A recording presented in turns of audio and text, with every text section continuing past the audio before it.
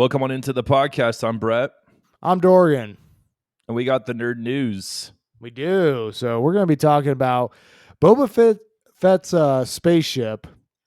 It might be getting renamed forever. We'll see. We're also going to be talking about the latest movies to begin filming and production. Also, the latest episode of Loki. But first things first, you guys might recall that at some point we were supposed to get a Mass Effect and a Halo TV show. And this has been something that's been in production or been trying to take off from the ground for a long time now. And we're kind of getting a little bit more of an update on both those projects here for the most part. So the Halo TV show, for one, has lost two showrunners already. One of them left because he couldn't work on the show full time. The other guy, he's saying that he will stay on board to finish season one, which, I mean, sounds like we'll at least get maybe a season one of this show possibly, but he doesn't plan on sticking around for season two, which doesn't exactly speak to high confidence here, I guess. But and then talking about They're Effect, batting 1,000 though. They're batting 1,000. They're 2 for 2. Yeah, right. So that's good. Yeah, I guess so. And then going on over to the Mass Effect movie. This is a movie that I've been kind of curious to see how it would shake out at a certain period of time. And it turns out like it's completely dead in the water. Basically, the project director for the movie, Mac Walters, recently spoke out about why the movie never got made. Long story short, the quote is, "What story are we going to tell in 90 to 120 minutes? Are we going to do it justice?" Which, I mean, granted, yeah, that's pretty much like the question you always got to ask yourself when you're adapting like really anything that's longer than a movie. But yeah, first of all, what movie nowadays is 90 minutes? Right. Beyond maybe an like animated movie. Yeah, that's what I was going to say. This guy's a joke. He should. I mean, like other than like maybe kids movies or something like that. Yeah. Like pretty much every movie is like, close to pushing that 2 hour mark, maybe even 2.5 hour mark. Yeah. But there was also some stuff that was going on at Legendary Pictures at the time that didn't really help out the situation. And he also went on to say that for something like Mass Effect, the proper way to do it would be to do a TV show, adaptation for the most part. So, which fully agree. I think Mass Effect would that makes more sense. Yeah. Yeah. I think Mass Effect would do really well as a TV show if it got the budget for it. I think maybe like if something like, I don't know, HBO was willing to like pick it up, throw like some of that Game of Thrones money behind it or something like that, I think you could actually have a pretty good show based on Mass Effect. And here's the thing. I am surprised that to this day, we haven't gotten like a Halo movie, TV show at this point. We have a Monster Hunter movie, which I don't know how we got that before Halo. And Mortal Kombat has already been rebooted. So it's one of those things where I kind of feel like a Hollywood producer would be looking at it and he would just see dollar signs and he'd just say, you know what? I don't care if it's terrible. Like if we push this thing out the door, people will see it and it'll make us some money type of thing. Yeah. I mean, with Halo, I think, and I don't know, because I'm not like in the gaming world that a lot of people are, but I feel like they missed its heyday. Like the Halo 2, 3, right around there would have been the perfect time. Yeah. Probably Halo 3, even Halo 4, really, it would have been better than now. So I don't know. I think they could still translate well, but we'll see what happens with that. Yeah, I mean, at this rate, they might be. It might be more beneficial for Halo to come out when the kids that like grew up with Halo, like we're talking like the people who were like maybe like 7 or 8 or whatnot when like Halo 3 or something came out. For this movie to come out that way, it kind of plays off nostalgia at this point in time here. Hard to say, but I mean it's I mean, I think you are correct. Like, around like Halo 3, Halo Reach, like kind of like that, late 2000s, early 2010 window, I think would have probably been the perfect Yeah. time to release a Halo movie. And Halo's just not as big as it was now. I mean, you like if you release like a Fortnite movie right now, kids would go bonkers for it. I mean, that's just the thing. It's like, but it would have to be right now, not Even like that started to kind of fade. it's starting to, but Like I mean, the best time would have been probably about 2 years ago. Would yeah, have been good for a full. Like they just you got it's hard because you don't know when you're going to peak. That's kind of the hard thing to figure out, obviously. yeah, But while you're yeah, going up, I would rather release a video or a movie here than on the way down. You know what I'm saying? right. No, exactly. And I mean, So, I think if they were to like do something like a Fortnite movie right now, I think you would still be it'd pulling still in. be yeah, it would still be popular for You'd still be sure. pulling in the cash here, but I don't think it would be. I don't think it would be a. Yeah, like you said, like 2 years ago, 3 years ago, when it was like, yeah, at its peak. Yeah, Everyone was playing. yeah, Yeah. true, true. Um. So the Amazon Lord of the Rings show's kind of been in a weird state for a little while. So the question is, when will season 1 come out? And the answer is nobody knows. Nope. So one of the lead actors for the show, Benjamin Walker, recently talked about when the show might come out. The quote is, "It's a bit nebulous at this point. We've been here a long time, and they'll let us go when they're done with us." That sounds like Now, I don't soft know about slavery. like I don't know about you, but it sounds like Amazon might have kidnapped these folks here, No So kidding. Benjamin Walker, blink if you are not okay here, like Yeah, uh, but it's yeah, a this it's an interesting perspective yeah, because usually you have like at least know how long you're going to be doing a shoot for, or right. maybe they're doing reshoots. I don't know. I don't know if series are different than movies where it's like we have you for the year and you only leave when we tell you to leave. I don't know how that works, but Yeah, I mean, granted I mean, and every contract is probably different here for the most part, you have variations because and who differences do you and know who whatnot. he's playing? Because I don't actually remember.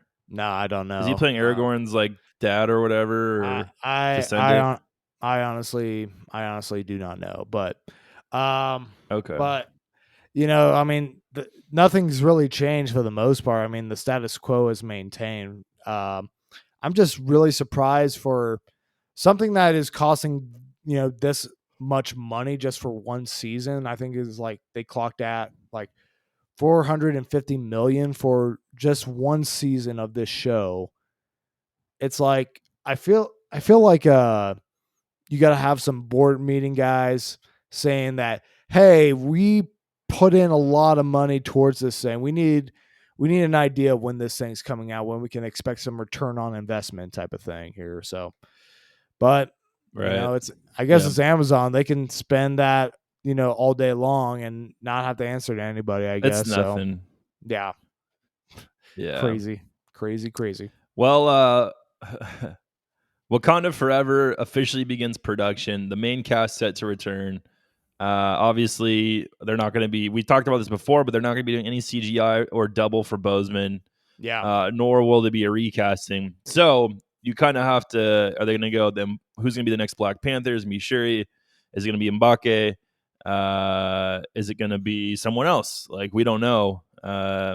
So it'll be interesting to see what this movie actually is going to be because there's no Black Panther right now. Like I don't know if he's going to be dead or killed off in the actual movie series or if he's yeah, just like gone and kind of like in Fast and the Furious where it's like Paul Walker's character Brian is still alive but you never see him. He's right. off doing something else. He's watching the kids or he's you know with his wife. Like those kinds of things. Yeah. Like are they going to send off like that or is it going to be nope, he was in a battle, he died, and now we're finding the next Black Panther. I don't know.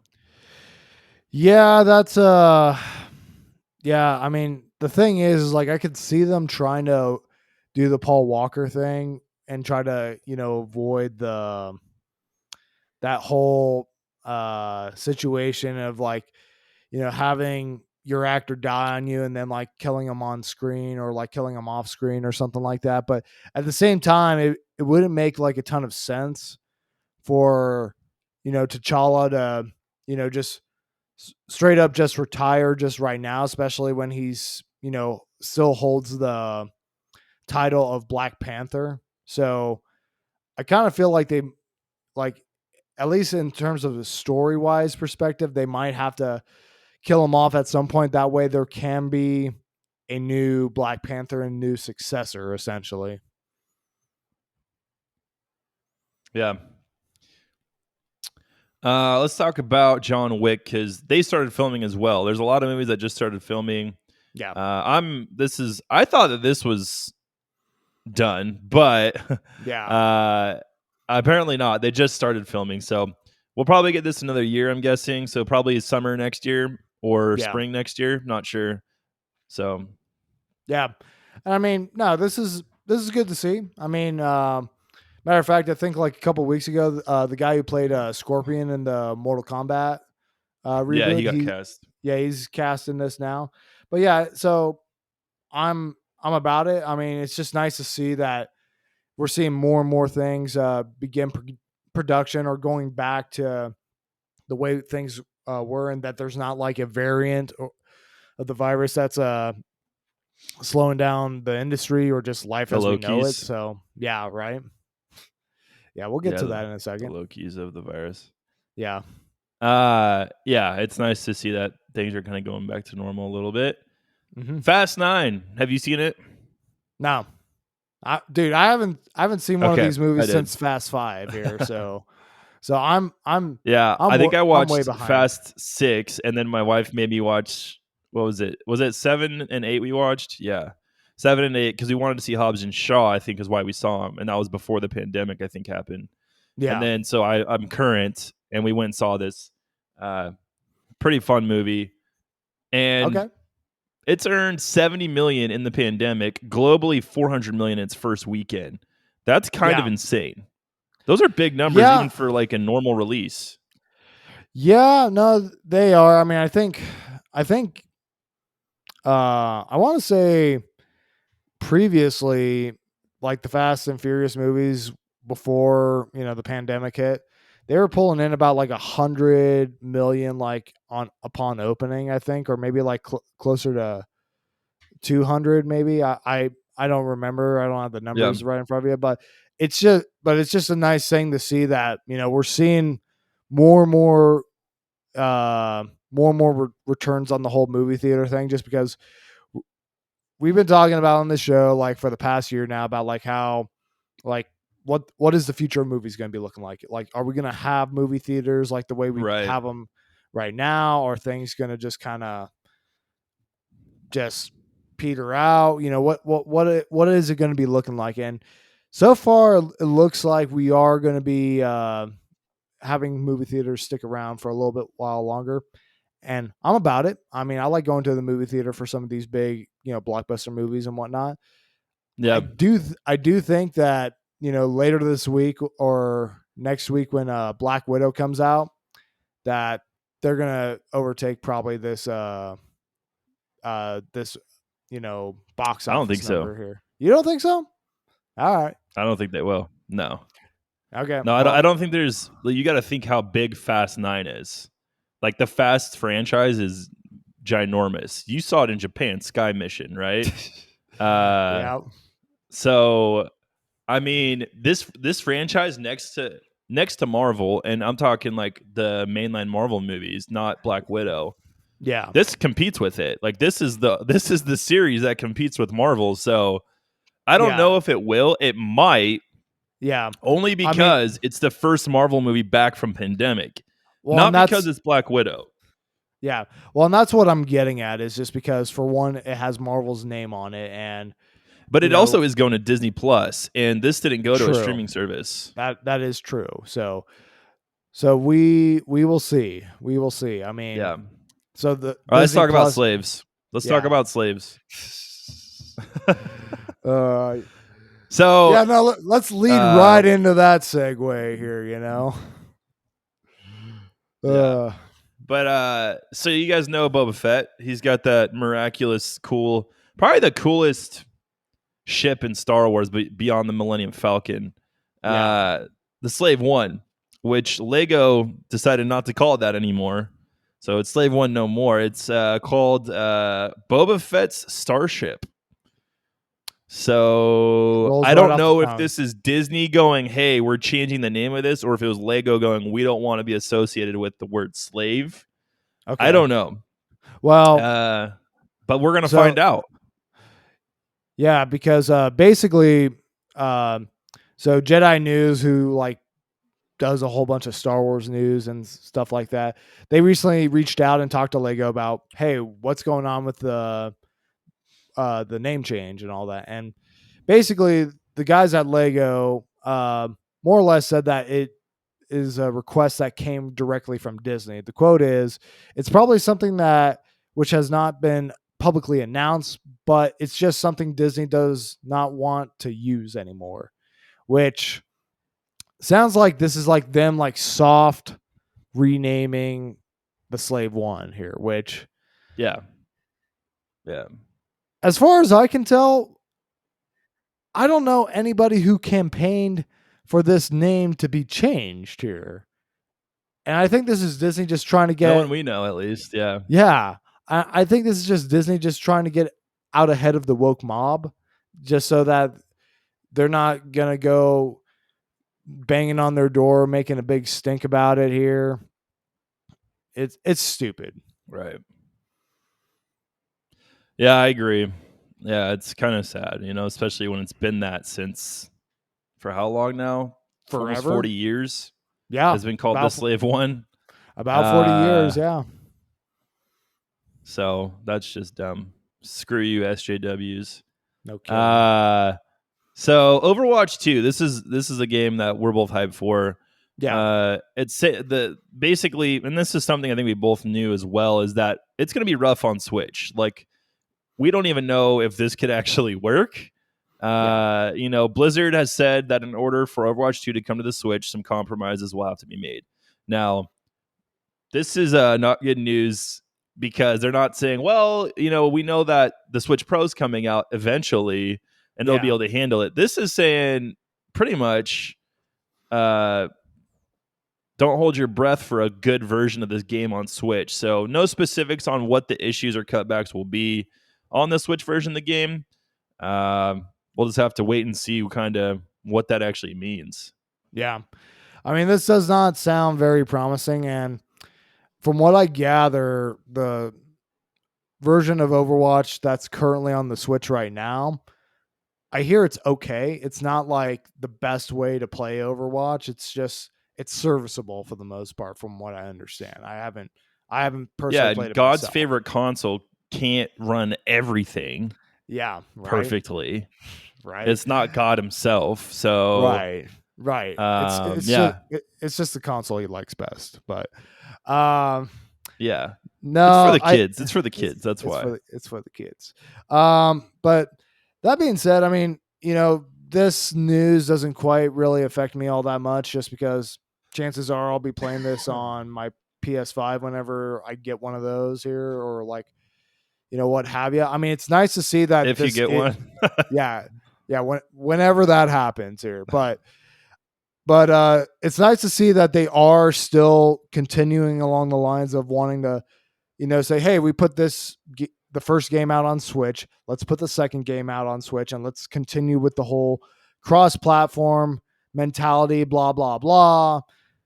I mean, that stuff is all great. I mean, I'm just hoping that when the Switch Pro inevitably does come out, because at this point, I feel like there's been too much rumors and stories about it for it not to be real. That they Right. create like a upgraded Well, and version of Nintendo. this. But Yeah. Well, I was you were going to say saying, Nintendo had their shareholders meeting recently, I think, and they didn't shut down the idea of a Switch Pro. It sounded a lot like right before Switch Lite came out that they said there wasn't really anything in the works. And then literally, I think it was like 6 days later, they dropped the Switch Lite. yeah, So we don't know, but it's not promising. I don't know. we'll Yeah, see what happens. we shall see. I mean, it could also be a little bit on Blizzard. They're just being a little bit Yeah, coy about it. They it might, could be. because at this rate they probably know whether or not like there is a Switch Pro, in development. They probably already have like dev kits and like the hardware already in the Blizzard Yeah, office here. They just yeah, haven't they just can't say anything about it. Otherwise Nintendo would not be happy with them. yeah. Ghost of Tsushima Director's Cut has been announced for PS5 and PS4. Will come with enhancements for the PS5. Will Yeah. feature a new expansion. Uh, Iki, is it Iki or I Ikai? think I don't know. Iki Iki or something. Island, Yeah. Iki Island. That will Yeah. have a new area, story, armor, and techniques to learn. Coming out August 20th. If you already own the game, you can upgrade to the director's cut for 10 to 20, depending on what console you own. Yeah. Did you So finish this game? I did, yeah. Yeah, no, it Okay. was yeah, no, it's a solid game. I give it like probably about an 8 out of 10, like Okay. all things considered, but um yeah, I mean, this is cool. I don't know if I'm going to get back into it or really go full on into it, just because I don't know, like most of the time when I have like or get through a open world game after, playing it, I'm kind of done with it for like at least like a long while. Yeah. Like, it's Hmm. you can only spend so much time like on one game, I feel like. But that being said, For sure.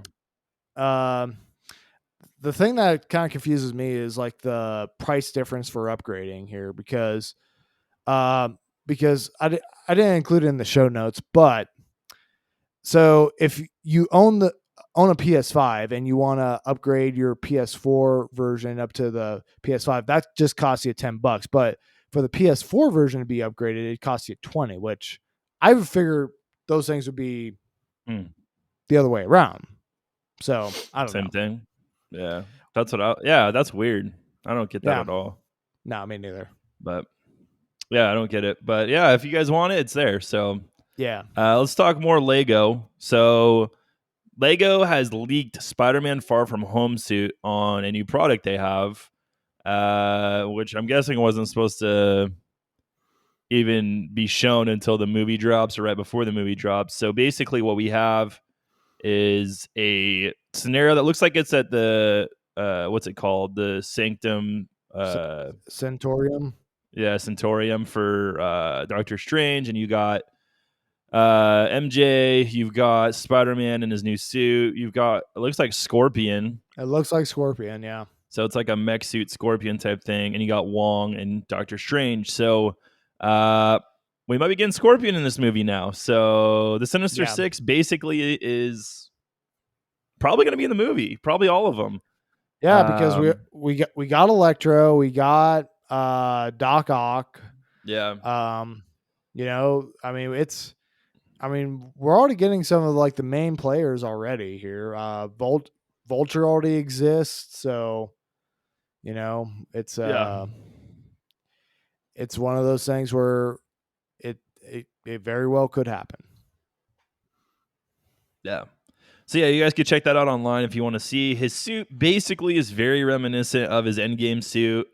It looks a tiny bit different with the gold spider in the middle and all that stuff. So, and this could be Yeah, a suit early in the movie. It could be the exact same suit. I just don't know that suit well enough to say whether or not it's new or not. But it looks like it's going to be a play on that suit. So yeah, yeah. The eyes I think look more traditional than they did in the yeah, in the and like the end game suit and whatnot. So I think they might be trying to kind of have a little bit of the best of both worlds. They're wanting to kind of keep the iconic Spider-Man look, but also still have like all the bells and whistles from the end game suit. yeah, for sure. All right, so we talked Beast Wars a little bit last week, and Ron Perlman has been cast as Optimus Primal in this new movie. So I think his voice will fit pretty well with that character. Yeah, They gave like a little brief synopsis of what could be happening in this world, but they're going to be like time hopping, It looks like, and there's gonna be some humans that get involved. So I don't know. It sounds like a normal Transformers movie to me. So Yeah. Yeah. So yeah, I mean Ron Perlman, like I actually just looked this up the other day. He's done like a lot of like VO work and all that. So yeah. he's pretty talented in that department. My question is there something going on with like the voice of Optimus Prime, the guy who's been like doing it for Oh, ever I'm here? sure Because he's really old. Yeah, yeah, because I mean I'm he guessing he's like retiring or yeah. Okay. I mean, fair enough. I mean, I just didn't I don't. know whether or not something had happened or what have you, or like, I don't know. I haven't heard anything, but all right. So let's talk about the latest and not so great Smash news. So during the latest fighter showcase, Sakurai said that the next fighter, so after this fighter, and the DLC pass will be the last one for the entire game. So during the same presentation, they showed a Mii fighter costumes for Dante, Dragonborn, which that's interesting. Yeah. Uh, Shantae Yep. and Lloyd from Tales of Symphonia, which Yeah. is usually treated as an unofficial deconfirm that we won't get these people in the game. Yeah. Almost every time we've gotten a skin, they're not actually in the game. So, what do you Right. think about this? Because you're the Smash guy. Yeah. Very disappointing news to be honest with you here, just because for one, I was really hoping that we were going to get more characters than what we did. Um, Especially after this last DLC pass, like maybe about like half the characters, uh, just didn't really do it for me for the most part. I mean, granted, like they could end on a really high note, and I'm hoping that they do. I mean, I'm really hoping that this last fighter is going to be a banger. But yeah, I mean, the fact that it annoys me that like you got characters like Dante, characters like Dragonborn, Lloyd has been somebody that people have been wanting for Smash for a while here, and the fact that they're just getting the me costume treatment when you could literally make a character about these guys, it it's annoying to say the least. I mean, granted, sure, it's cool that they're Yeah. being represented in the game some way, shape, or form, but you know, I mean, I feel like Dante's like in terms of like his move set and like everything you could do, the character you pretty much right like could it would be easy to like program for here or like come up with like what type of Yeah. moves and stuff like that. Same with Dragonborn as well.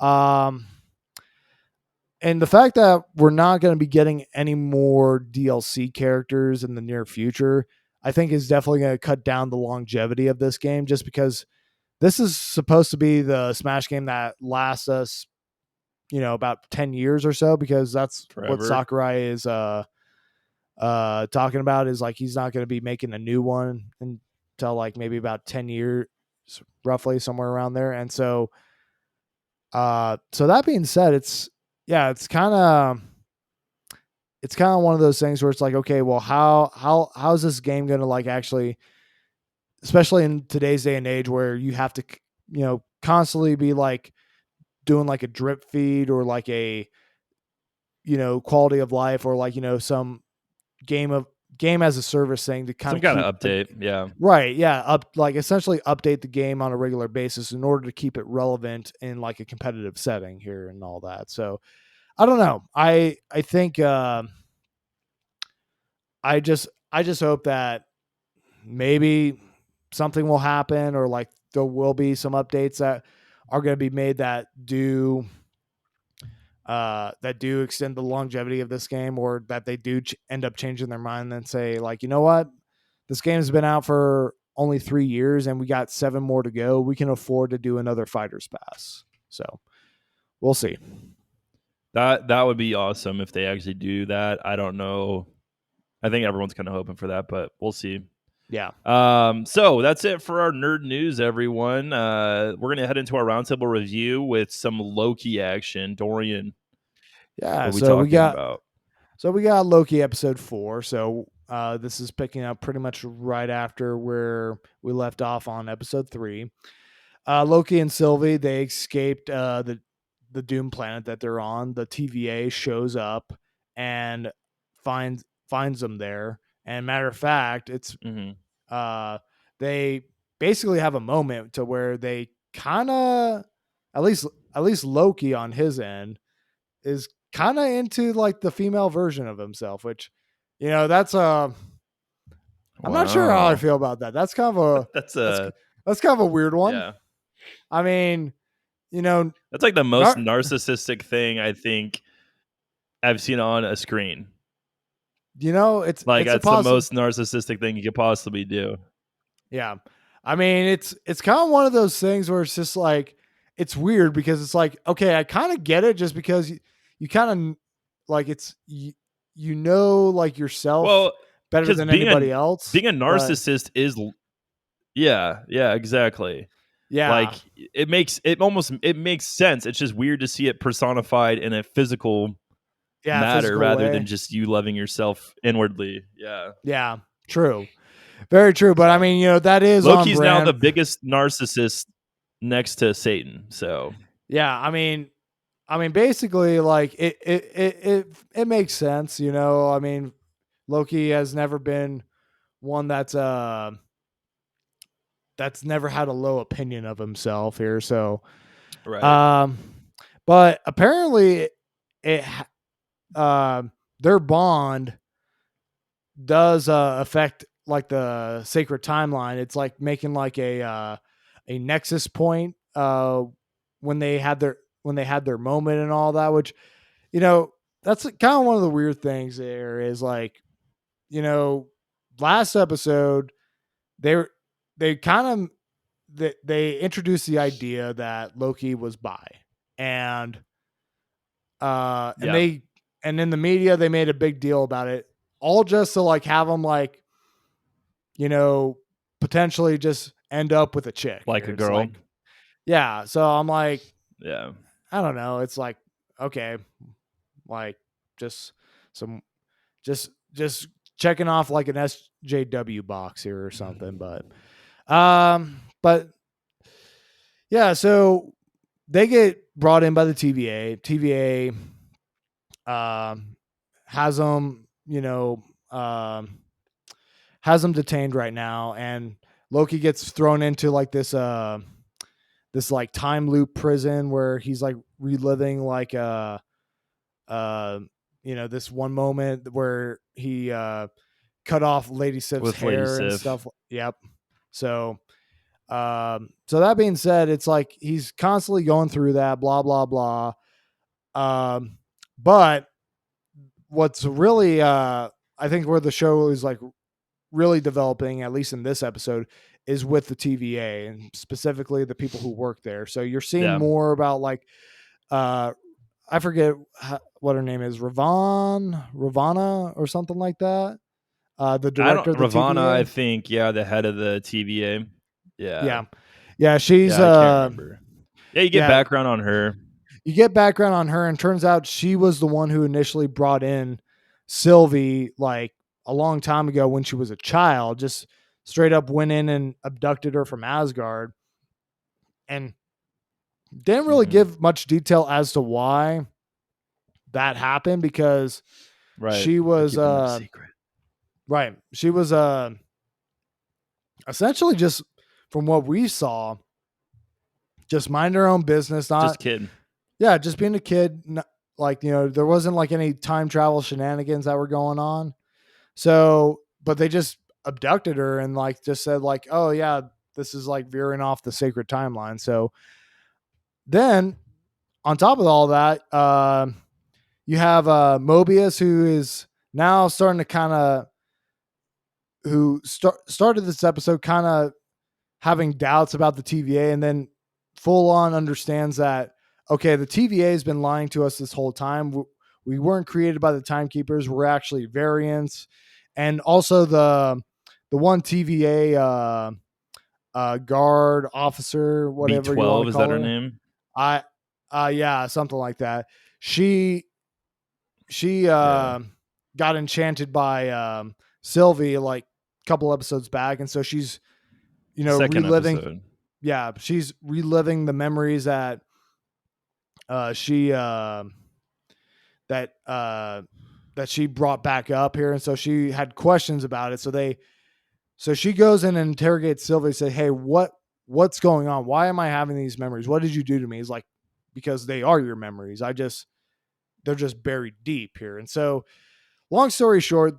they are going to get pruned here, and Mobius actually gets Which pruned is too. deleted. Like they just yeah. Yeah, like just straight Whatever out that means. We don't know. right, like straight out phased out of existence here for the most part. Yeah. Uh, but we'll get to more on that in a bit. So Mobius gets pruned because he got too close. He figured it out, and they just Mhm. they couldn't have any loose ends, and so they were gonna prune Loki and Sylvie, and they actually took him down to the timekeepers chambers, and we actually got to see the timekeepers this episode here.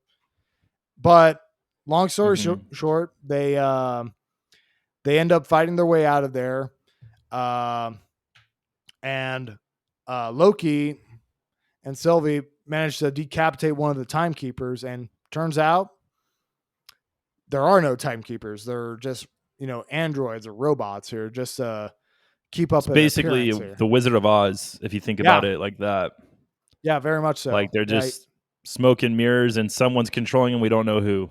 yeah. So that being said, um, so then the question is like, okay, well, who created the TVA? Who is responsible for everything that's going on here? And before those questions could get answered, Loki gets pruned and like phased out of existence, like right at the very last second here. And then you're just left with Yeah. Sylvie and the director of the TVA. Basically, Sylvie has her at the end of the sword and says like, "You're going to tell me everything you know here." But then you get that post credit scene with Loki waking Yeah. up, and uh, turns out he's in the place, which wherever that place is, where it seems like all the other Loki variants went.